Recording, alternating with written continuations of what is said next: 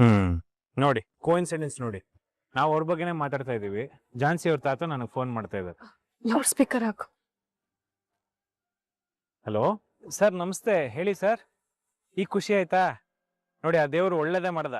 ಹೂನಪ್ಪ, ದೇವರು ಒಳ್ಳೆ ಸುದ್ದಿನೇ ಒಂದು ಕೊರಿಯರ್ ಕಳಿಸ್ದ ಮನೆಗೆ. ಕೋರ್ಟಿಗೆ ಬರೋದು ಬೇಕಾಗಿಲ್ಲ ಅನ್ನೋ ಸುದ್ದಿ ಕೇಳಿ ನಂಗೆ ತುಂಬ ಸಂತೋಷ ಆಯಿತು. ಆದರೆ ಸ್ವಲ್ಪ ಹೊತ್ತಲ್ಲೇ ಇನ್ನೊಂದು ಕೊರಿಯರ್ ಬಂತು. ಕಷ್ಟದ ಕೊರಿಯರಪ್ಪ, ಅದನ್ನು ಕಳಿಸ್ಬಿಟ್ಟಿದ್ದಾನೆ ದೇವರು. ಸರ್, ಯಾಕೆ ಈಗ ಹೇಳ್ತಾ ಇದ್ದೀರಾ? ಇವಾಗ ಅವರಿಬ್ಬರ ಮಧ್ಯೆ ಸಮಸ್ಯೆಗಳು ಸರಿ ಹೋಗಿದೆ ತಾನೆ? ನಮಗ್ ಬಂದಿದ್ದ ಸಮಸ್ಯೆ ಅವ್ರನ್ನ ಕೋರ್ಟ್ ಮೆಟ್ಲು ಹದ್ದೇರಂಗ್ ಮಾಡಿ ಅವ್ರ ಸಮಸ್ಯೆನೂ ಕ್ಲಿಯರ್ ಮಾಡ್ತಲ್ವಾ? ಏನು ಸರಿ ಮಾಡಿದ್ದಾನಪ್ಪ? ಕೋರ್ಟಿಗೆ ಬರಬೇಕಾಗಿಲ್ಲ ಅನ್ನೋ ಸುದ್ದಿ ಕೊಟ್ಟಿದ್ದಾರೆ. ಆದರೆ ನಾಳೆ ಮ್ಯೂಚುವಲ್ ಡೈವರ್ಸ್ಗೆ ಇಬ್ಬರು ಸೈನ್ ಮಾಡೋದಕ್ಕೆ ಕೋರ್ಟ್ಗೆ ಹೋಗ್ಬೇಕಂತೆ.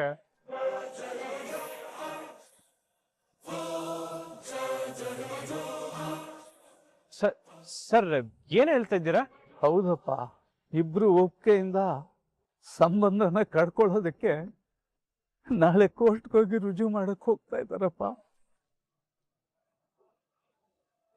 ಗಂಡು ಜಾತಿನ ಕಂಡ್ರೆ ಸಿಡಿತಾ ಇದ್ದ ನನ್ನ ಮೊಮ್ಮಗಳು ರಾಗು ಸಿಕ್ಕಿದ ಮೇಲೆ ಬದಲಾಗಿದ್ಲು. ಅವಳ ಜೀವನದಲ್ಲಿ ಅವನೇ ಸರ್ವಸ್ವ ಆಗಿದ್ದ. ಆದ್ರೆ ನಾಳೆಯಿಂದ ಅವಳ ಪಾಲಿಗೆ ರಾಗು ಇಲ್ಲ ಅನ್ನೋದನ್ನ ನಾವೆಲ್ಲರೂ ಒಪ್ಕೊಳ್ಳೇಬೇಕು. ಈ ಸತ್ಯನ ಯಾರಿಂದನೂ ಬದಲಾಯಿಸಕ್ ಆಗೋದಿಲ್ಲಪ್ಪ. ನನ್ನ ಮೊಮ್ಮಗಳು ಈ ಸಂಕಟ ಅನುಭವಿಸೋದನ್ನ ನನ್ನ ಕೈಯಲ್ಲಿ ನೋಡಕ್ ಆಗ್ತಾ ಇಲ್ಲಪ್ಪ. ಸರ್ ನೋಡಿ, ನೀವು ಸಮಾಧಾನ ಮಾಡ್ಕೊಳ್ಳಿ.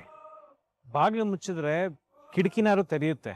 ನಿಜಪ್ಪ, ಆ ಕಿಟಕಿ ಅವಳ ಪಾಲಿಗೆ ಸಂತೋಷ ತರುವಂತ ಕಿಟಕಿ ಆಗ್ಬೇಕು ಅನ್ನೋದು ನನ್ನ ಬಯಕೆ. ಅದಕ್ಕೇನ್ ಮಾಡ್ಬೇಕು? ಏನ್ ಮಾಡಿದ್ರೆ ಸರಿ ಹೋಗುತ್ತೆ? ಒಂಚೂರು ಅವಳ ಜಾತಕ ನೋಡಿ ಹೇಳ್ತೀಯಪ್ಪ? ಸರ್, ಇದು ಗ್ರಹಗತಿಗಳ ಸಮಸ್ಯೆ ಅಲ್ಲ ಸರ್, ಎರಡು ಮನ್ಸುಗಳ ಸಮಸ್ಯೆ. ಇಲ್ಲಿ ಜಾತಕ ನೋಡೋದ ಅವಶ್ಯಕತೆ ಇಲ್ಲ. ತಗೋಬೇಕಾಗಿರೋದು ಅವ್ರ ಜೀವನದ ಬಗ್ಗೆ ಜವಾಬ್ದಾರಿ. ಅವಾಗಲೇ ಸಮಸ್ಯೆ ಎಲ್ಲ ಸರಿ ಹೋಗೋದು, ಇದಕ್ಕೆ ಪರಿಹಾರ ಸಿಗೋದು.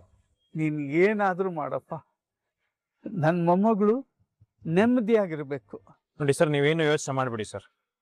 ನಾನು ನಿಮಗೆ ಮಾತು ಕೊಡ್ತಾ ಇದ್ದೀನಿ ಸರ್. ಝಾನ್ಸಿ ಇನ್ ಮುಂದೆ ಸಂತೋಷವಾಗಿರ್ತಾಳೆ. ಅದು ರಾಘು ಜೊತೆನೇ ಇರ್ತಾಳೆ ಸರ್. ಅವರಿಬ್ರು ಜೊತೆಲಿರಂಗ್ ಮಾಡೋದು ನಮ್ ಜವಾಬ್ದಾರಿ ಸರ್. ಥ್ಯಾಂಕ್ಸ್ ಅಪ್ಪ. ಮಾತು ಕೊಟ್ಟು ನಡೆಸೋರನ್ನ ದೇವ್ರ ಸಮಾನ ಅಂತಾರೆ. ನನ್ನ ಪಾಲಿಗೆ ನೀನೇ ದೇವ್ರಪ್ಪ. ದಯಮಾಡಿ ಇಷ್ಟು ಮಾಡಿ ಇನ್ನು ನಾನು ಕೊನೆ ಹಂತದಲ್ಲಿ ಇರೋನ್ಗೆ ಸಮಾಧಾನದ ನಿಟ್ಟುಸಿರು ಬಿಡೋ ಹಾಗೆ ಮಾಡಪ್ಪ.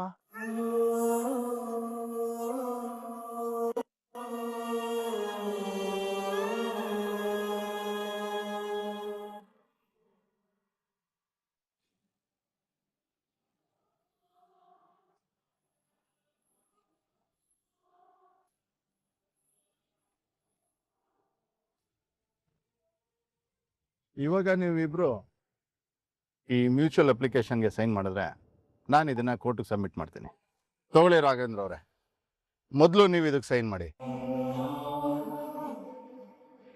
ಯಾಕಂದ್ರೆ ನಿಮ್ಮ ಮನೆಯವರು ಡೈವರ್ಸ್ಗೋಸ್ಕರ ತುದಿ ಕಾಲಲ್ಲಿ ನಿಂತಿದ್ದಾರೆ.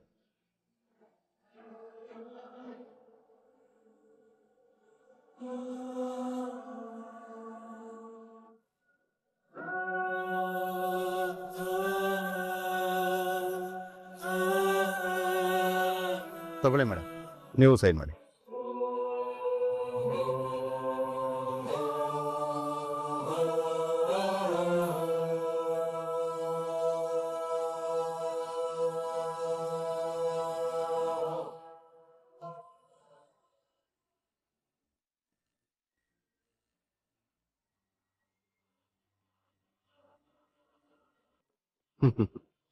ನೋಡಿ, ಸಬ್ ರಿಜಿಸ್ಟರ್ ಮುಂದೆ ಸೈನ್ ಮಾಡಿದ್ರೆ ಮದುವೆ, ಲಾಯರ್ ಮುಂದೆ ಸೈನ್ ಮಾಡಿದ್ರೆ ಡೈವರ್ಸ್. ಈ ಕಾಲದಲ್ಲಿ ಸಂಬಂಧಗಳಿಗೆ ಬೆಲೆನೇ ಇಲ್ದಂಗೆ ಆಗೋದು. Excuse me sir. ಎಸ್, ಬನ್ನಿ. ನೀವು ಕೂಡ ಡೈವರ್ಸ್ ತಗೊಳಕ್ ಬಂದ್ರಾ? ಇಲ್ಲ ಸರ್, ಇಷ್ಟ ಆಗದೆ ಇದ್ರು ಡಿವೋರ್ಸ್ ತಗೊಂಡು ದೂರ ಆಗ್ಬೇಕು ಅಂತ ಹೊರಟಿರೋ ಎರಡು ಮನ್ಸುಗಳನ್ನ ಒಂದು ಮಾಡ್ಬೇಕು ಅಂತ ಬಂದಿದ್ದೀವಿ. ನೋಡಿ ಇವ್ರೆ, ಇಷ್ಟ ಇಲ್ಲದೆ ದೂರ ಆಗಕ್ ಬಂದಿಲ್ಲ. ಇಷ್ಟಪಟ್ಟು ಬದುಕೋಕೆ ಕಷ್ಟ ಆಗುತ್ತೆ ಅನ್ನೋದಕ್ಕೋಸ್ಕರ ಡೈವರ್ಸ್ ತಗೊಳಕ್ ಬಂದಿದ್ದಾರೆ. ಹಾಗೇನೂ ಇಲ್ಲ ಸರ್. ಕೆಲವೊಂದ್ಸಲ ಬೇರೆ ಒತ್ತಡಕ್ಕೆ ಸಿಕ್ಕಿ ಮನಸ್ಸಾಕ್ಷಿಗೆ ವಿರುದ್ಧವಾಗಿ ದೂರ ಆಗೋಕ್ ನಿರ್ಧಾರ ಮಾಡಿರ್ತಾರೆ. ಅಂಥವ್ನ ದೂರ ಮಾಡೋದ್ಕಿಂತ ಒಂದು ಮಾಡೋಣ ಅಂತ ಬಂದಿದ್ದೀವಿ. ನೋಡಿ, ನಿಮ್ಮ ಉದ್ದೇಶ ಏನೋ ಸರಿ, ಆದ್ರೆ ನಿಮ್ ಪ್ರಯತ್ನ ಫಲ ಕೊಡೋದು ತುಂಬಾನೇ ಕಷ್ಟ. ಈ ರೀತಿ ಇಲ್ಲಿಗೆ ಬಂದ್ಮೇಲೆ ಒಂದ್ ಮಾಡ್ತೀವಿ ಅನ್ನೋರು, ಒಂದಾಗ್ತೀವಿ ಅಂತ ಹೇಳೋರು ಸಕ್ಸಸ್ ರೇಟು ತುಂಬಾನೇ ಕಡಿಮೆ. ಯಾಕಂದ್ರೆ ಈ ರೀತಿ ಪ್ರಯತ್ನ ಇಲ್ಲಿಗೆ ಬರೋ ಮುಂಚೆ ಮಾಡಿದಿದ್ರೆ ಫಲ ಸಿಕ್ತಿತ್ತು ಅನ್ನೋದು ನನ್ನ ಅಭಿಪ್ರಾಯ. ಸರ್, ಈ ಹಾಸ್ಪಿಟ್ಲು ಮತ್ತೆ ಕೋರ್ಟು ಎರಡಕ್ಕೂ ತುಂಬಾ ಸಾಮ್ಯತೆ ಇರುತ್ತೆ ಸರ್. ಅಲ್ಲಿ ಜೀವ ಉಳ್ಸಕ್ಕೆ ಅಂತ ಕೊನೆ ಕ್ಷಣ ತನಕ ಪ್ರಯತ್ನ ಪಡ್ತಾರೆ, ಇಲ್ಲಿ ಜೀವನ ಉಳ್ಸಕ್ಕೆ ಅಂತ ಕೊನೆ ಕ್ಷಣ ತನಕ ಪ್ರಯತ್ನ ಪಡ್ತಾರೆ ಅಲ್ವಾ ಸರ್? ನಿಮ್ ಪ್ರಯತ್ನಕ್ಕೆ ಫಲ ಸಿಗ್ಲಿ ಅಂತ ನಾನು ಹಾರೈಸ್ತೀನಿ. Thank you sir. ನೋಡಿ, ನೀವಿಬ್ರು ಸಂಪೂರ್ಣವಾಗಿ ಒಪ್ಪಿ ಡೈವರ್ಸ್ ಬೇಕು ಅಂತ ಕೋರ್ಟ್ಗೆ ಬಂದಿದ್ದೀರಿ. ಜಡ್ಜು ಡೈವರ್ಸ್ ಕೊಡೋಕ್ ಮುಂಚೆ ನಿಮ್ಮಿಬ್ರಿಗೂ ಬುದ್ಧಿ ಹೇಳ್ತಾರೆ. ನಿಮ್ಮಿಬ್ರು ಮನ್ಸನ್ನ ಬದಲಾಯಿಸಕ್ಕೂ ನೋಡ್ತಾರೆ. ಅವ್ರು ಮೊದಲು ಕೇಳೋ ಎಲ್ಲ ಪ್ರಶ್ನೆಗಳಿಗೂ ನೀವಿಬ್ರು ಎಸ್ ಅಂತಾನೆ ಉತ್ತರ ಕೊಡ್ಬೇಕು. ಆಮೇಲೆ ಅವ್ರು ನಿಮ್ಮಿಬ್ರಿಗೂ ಬುದ್ಧಿ ಹೇಳಿ ಕೌನ್ಸಿಲಿಂಗ್ ಏನಾದ್ರೂ ಬೇಕಾ ಅಥವಾ ನೀವಿಬ್ರು ಅರ್ಥ ಮಾಡ್ಕೊಳಕ್ಕೆ ಇನ್ನೂ ಕಾಲಾವಕಾಶ ಬೇಕಾ ಅಂತ ಕೇಳ್ತಾರೆ. ಆವಾಗ ನೀವು ನೋ ಅಂತ ಹೇಳಬೇಕು. ಆಗ್ಲೇ ನಿಮಗೆ ಡೈವರ್ಸ್ ಸಿಗೋದು.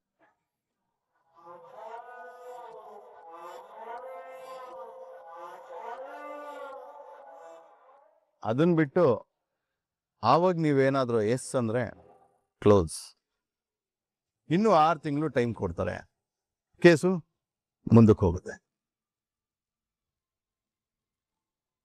ಅಂದಾಗೆ ನಿಮ್ ಕೇಸು 3 ಗಂಟೆಗೆ ಹಿಯರಿಂಗ್ ಬರುತ್ತೆ. ನಾನು ಹೇಳಿದೆಲ್ಲ ನೆನಪಿರ್ಲಿ. ನೋಡ್ಕೊಂಡು ಇಬ್ರು ಕೂಡ ಕರೆಕ್ಟಾಗಿ ಉತ್ತರ ಕೊಡಿ.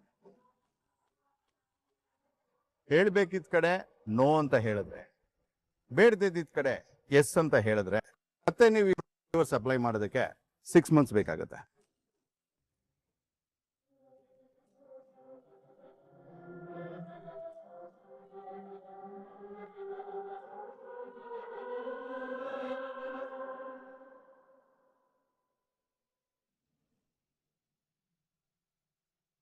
ಯಜಮಾನ್ರೆ, ಏನಿವತ್ತು ನಿಮ್ಮ ಮುಖದಲ್ಲಿ ಒಂದ್ ರೀತಿ ಚೈತನ್ಯ, ಹೊಸ ಹುರುಪು ಕಾಣಿಸ್ತಾ ಇದೆ.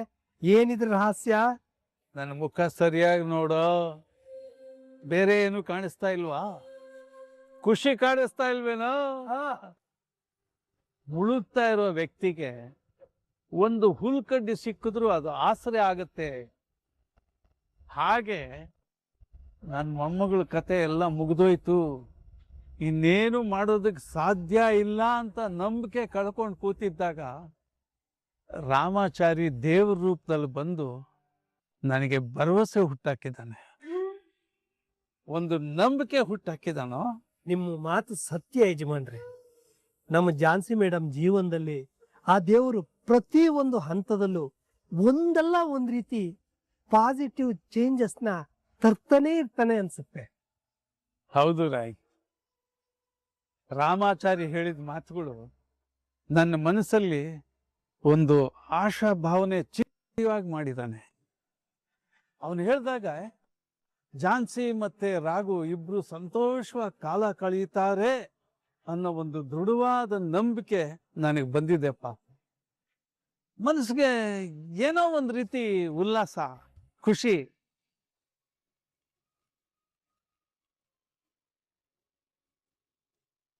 ಆ ಖುಷಿಲಿ ನನ್ಗೇನು ಕೊಡ್ಸಲ್ವೇನೋ? ಏನ್ ಬೇಕು ಯಜಮಾನ್ರೆ? ಮಲ್ಲಿಗೆ ಹೇಳು, ಸ್ಟ್ರಾಂಗ್ ಆಗಿ ಒಂದು ಪ್ಲಸ್ ಕಾಫಿ ಕೊಡಕ್ ಹೇಳು. ಏನಂದ್ರಿ ಯಜಮಾನ್ರೆ? ಲೇ, ಲೆಸ್ ಅಂತಂದ್ರೆ ಮೈನಸ್ ಅಲ್ಲ, ಲೆಸ್ ಅಲ್ಲ, ಸಕ್ಕರೆ ಹಾಕಿ ಫ್ರೆಶ್ ಆಗಿ ಸ್ಟ್ರಾಂಗ್ ಆಗಿ ಬಿಸಿಯಾಗಿ ಒಂದು ಕಾಫಿ ಕೊಡುತ್ತೆ. ಸರಿ ಯಜಮಾನ್ರೆ ಹೇಳಿ.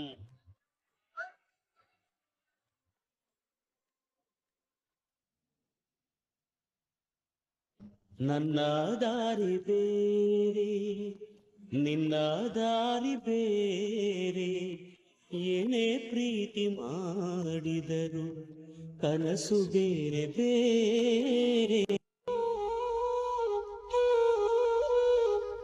ನನ್ನ ಆಸೆ ಬೇರೆ ನಿಮ್ಮ ಆಸೆ ಬೇರೆ ಏನೇ ಪ್ರೀತಿ ಮಾಡಿದರು ಮನಸ್ಸು ಬೇರೆ ಬೇರೆ.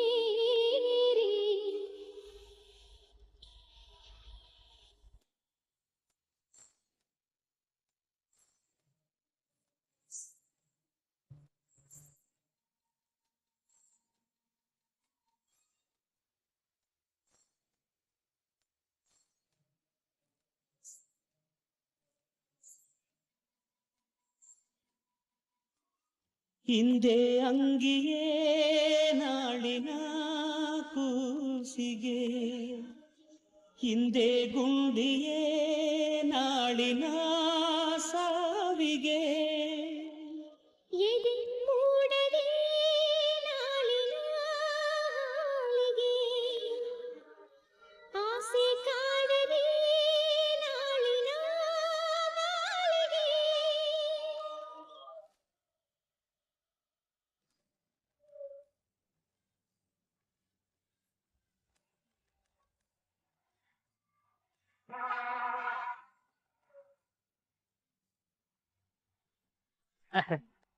Sir sir police police police ने मैं GK GK GK cool cool cool रात तो अच्छा निद्ದೆ हो गया ಏ हाँ ತಿನ್ನಕ್ಕೆ ತಂದ್ಯಾ? ए तंदिद में हाँ अच्छा है खाओ खाओ खाओ खाओ बहुत भूख लग रहा है। हाँ खाओ खाओ भाई ये शेरवा है खाओ बहुत अच्छा टेस्ट है अरे हाँ ये क्या है? ये कुछ का है 5 ಸ್ಟಾರ್ ಹೋಟೆಲ್ ಅಂತ ತರಬೇಕು ತಾನೆ?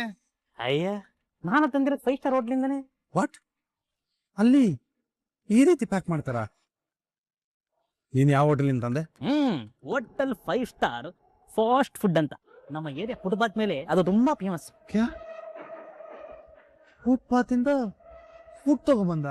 ಅಲ್ಲ ಫುಟ್ಪಾತ್ ಅಂದ್ರೆ ಏನ್ ಇಷ್ಟೊಂದು ಕಂಡಮಾಗಿ ಮಾತಾಡ್ತಾ ಇದೀರಿ? ಫುಟ್ಪಾತ್ ಬಗ್ಗೆ ನಿಮ್ಗೆ ಏನ್ರಿ ಗೊತ್ತು? ಫುಟ್ಪಾತ್ ಅಲ್ಲಿ ಬೆಲೆ ಕಡಿಮೆ ಆದ್ರೆ ಊಟ ಜಾಸ್ತಿ. ಹೆಸರು ಫುಟ್ಪಾತ್ ಆದ್ರೆ ಹೊಟ್ಟೆಗೆ ಫುಲ್ ಬಾತ್. ಅಲ್ಲಿ ಊಟಕ್ಕಿಂತ ರುಚಿ ಜಾಸ್ತಿ, ತಿಂದ ಮೇಲೆ ತೃಪ್ತಿ ಇನ್ನೂ ಜಾಸ್ತಿ. ಶಟ್ ಬಿಲ್ಡಪ್ ಕೊಟ್ಟಿದ್ ಸಾಕು. ದಟ್ ಮೆರೆಸನ ಯೋಗ ನನ್ನ ಕೈಲಿ ಇದನ್ನ ತಿನ್ನಕ್ಕಾಗಲ್ಲ. ನೀನ್ ಇದನ್ನ ತಿನ್ಬೇಕು ವಿವೇಕ್. ನಾವು ಯಾವ ಹೋಟೆಲಿಂದ ತಿಂತಾ ಇದೀವಿ ಅಂದ್ಕಿಂತ ನಾವು ಯಾಕೆ ಹೀಗೆ ತಿಂತಾ ಇದೀವಿ ಅನ್ನೋದೇ ಇಂಪಾರ್ಟೆಂಟ್. ಇವಾಗ ನಾವು ಸರ್ವೈವ್ ಆಗ್ಬೇಕಾದ್ರೆ ಏನಾದ್ರು ತಿನ್ಬೇಕು, ಅದಕ್ಕೆ ತಿನ್ನು. ಇದು ಸರ್ ಮಾತು ಅಂತಂದ್ರೆ ಮನುಷ್ಯ ತಿನ್ನೋಕ್ಕೋಸ್ಕರನೇ ಬದುಕಬಾರ್ದು, ಬದುಕೋಕ್ಕೋಸ್ಕರ ತಿನ್ಬೇಕು. ನಿಮ್ಮಪ್ಪ ಹೇಳಿದ್ರಂತ ಬಾಯಿನ ಮುಚ್ಕೊಂಡು ತಿನ್ಬೇಡಿ, ಬಾಯಿ ಬಿಟ್ಕೊಂಡೇ ತಿನ್ನಿ. ಆಪ್ಷನ್ ನೀ ಬಾಯಿ ಏ ಕಾವೋ ಕಾವ ಬಾಯಿ ಕಾವೋ.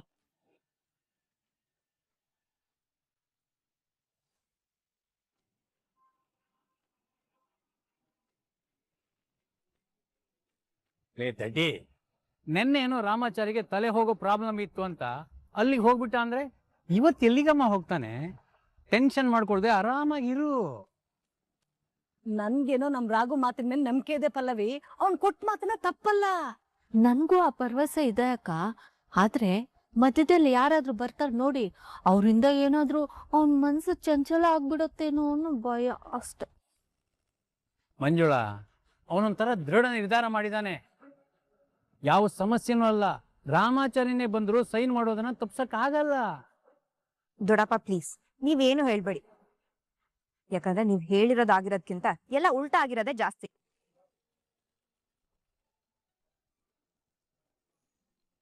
ಲಾಯರ್ ಬೇರೆ ಫೋನ್ ಮಾಡ್ತಿದಾರೆ. ಇವತ್ತು ಹೋಗಿದಾರೋ ಇಲ್ವೋ ಗೊತ್ತಾಗ್ತಿಲ್ವೇ. ರಿಸೀವ್ ಮಾಡಿ ಸ್ಪೀಕರ್ಗೆ ಹಾಕೋ, ಏನ್ ಹೇಳ್ತಾರೆ ಕೇಳೋಣ. ಹಾ ಸರ್. ಪಲ್ಲವಿ ಅವರೇ, ಇವಾಗ ನಿಮ್ಮ ಅಣ್ಣ ರಾಘವೇಂದ್ರ ಮತ್ತೆ ಅವ್ರ ಹೆಂಡತಿ ಝಾನ್ಸಿ ಇಬ್ರು ಬಂದು ಮ್ಯೂಚುವಲ್ ಅಪ್ಲಿಕೇಶನ್ಗೆ ಸೈನ್ ಮಾಡಿದ್ರು.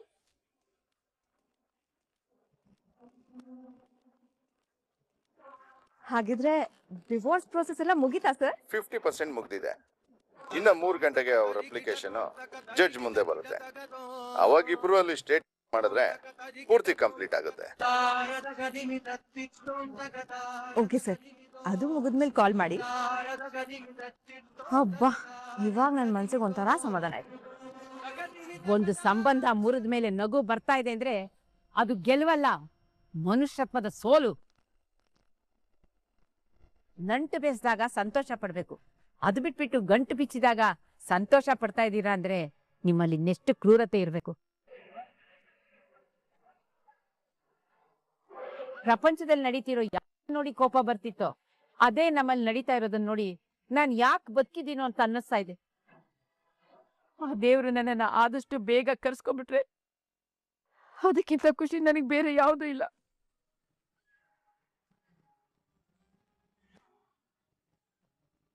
ಬಾವ ಅಕ್ಕ ಬಿಟ್ಟಾಕಿ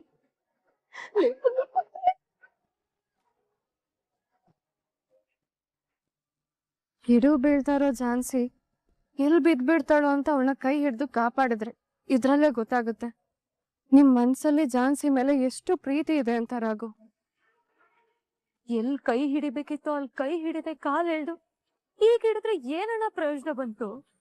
ನೋಡ್ತಂಗಿ, ಕಾಲ ಎಲ್ರಿಗೂ ಪರೀಕ್ಷೆ ಮಾಡುತ್ತೆ. ಕೆಲವ್ರಿಗೆ ಪೋಷಿಸುತ್ತೆ, ಇನ್ ಕೆಲವ್ರಿಗೆ ಮೋಸಗೊಳಿಸುತ್ತೆ. ಹೌದು, ನನ್ನ ಜೊತೆ ಆಟ ಆಡ್ತಿರೋದೇ ಕಾಲಾಚಾರ ಅವರೇ. ನನ್ನನ್ನ ಯಾವಾಗ್ಲೂ ಸೋಲಿಸ್ತಾನೆ ಇದೆ, ಗೆದ್ದು ಸಂಭ್ರಮಿಸ್ತಿದೆ.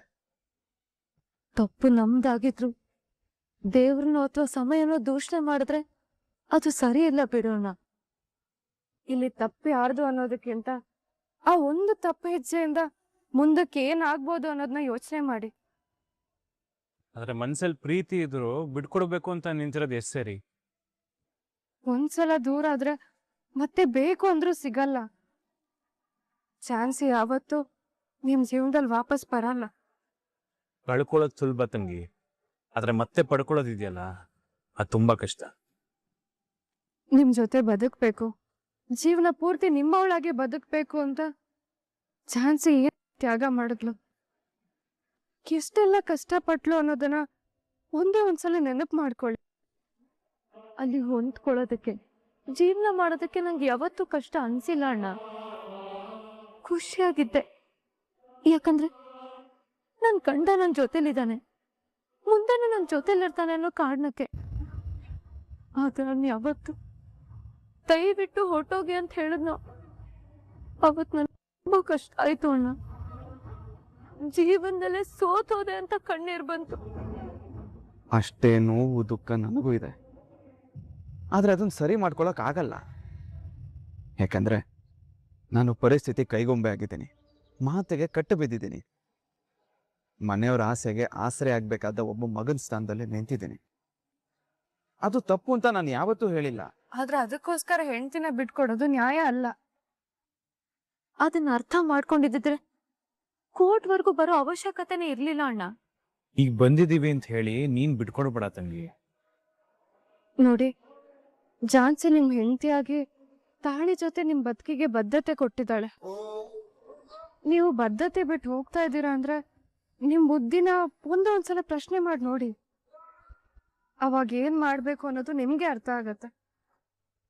ತಾಳಿ ಕಟ್ಟಿ ನನ್ನ ತಾಳ್ಮೆ ರೂಢಿಸ್ತವನು ಅವನೇ. ಇವಾಗ ತಾಳಿ ಮಹತ್ವನ ಮರೆತು 3 ಗಂಟೆ ನನ್ನಂಟು ಬಿಟ್ಕೊಡು ಅಂತ ಹೇಳಿದಾಗ ನಾನು ಹೇಗಾಗಲ್ಲ ಅಂತ ಹೇಳಿ ಅಣ್ಣ. ಒತ್ತಡಕ್ಕೆ ಸಿಕ್ಕಿ ಬಿಟ್ಕೊಡೋದು ತಾತ್ಕಾಲಿಕ ಪರಿಹಾರ ಅಷ್ಟೇ. ಆದ್ರೆ ಆತ್ಮಸಾಕ್ಷಿ ಅನ್ನೋದಿರುತ್ತಲ್ವಾ, ಅದು ಪ್ರತಿ ಕ್ಷಣ ನಿಮ್ನ ಪ್ರಶ್ನೆ ಮಾಡ್ತಾ ಇರುತ್ತೆ. ಅದಕ್ಕೇನು ಉತ್ತರ ಕೊಡ್ತೀರಾ? ಬಿಟ್ಟು ಹೋಗೋಕ್ಕೂ ಮುಂಚೆ ನಿನ್ನ ಮನ್ಸತಿ ಕೇಳು, ನಿನ್ನ ನಂಬಿಕೆ ಇಷ್ಟೇನಾ ಅಂತ. ಇದು ಇನ್ಯಾರ್ದು ಒತ್ತಡಕ್ಕೋ ಬಲವಂತಕ್ಕೋ ಆಗ್ಬಾರ್ದು, ನಿಮ್ಮಿಬ್ರು ಒಪ್ಪಿಗೆಯಿಂದ ಆಗ್ಬೇಕು. ಆ ಒಪ್ಪಿಗೆಯಿಂದನೇ ಅಲ್ವಾ ನಾನು ಡಿವೋರ್ಸಿಗೆ ಬಂದಿರೋದು. ಈ ಮಾತು ಹೇಳಿದ್ಮೇಲೂ ನಾನು ಹೇಗಣ್ಣ ಹಠ ಮಾಡ್ಲಿ? ಬದುಕ್ಲೇಬೇಕು ಅಂತ ಯಾವ ರೀತಿ ಧೈರ್ಯವಾಗಿ ನಿಲ್ಬೇಕಾಗತ್ತೆ. ಕೆಲವ್ರನ್ನ ಕಳ್ಕೊಳ್ಬಾರ್ದು ಅಂದ್ರೆ ನಿಂತು ಹೋರಾಟ ಮಾಡ್ಬೇಕಾಗತ್ತೆ.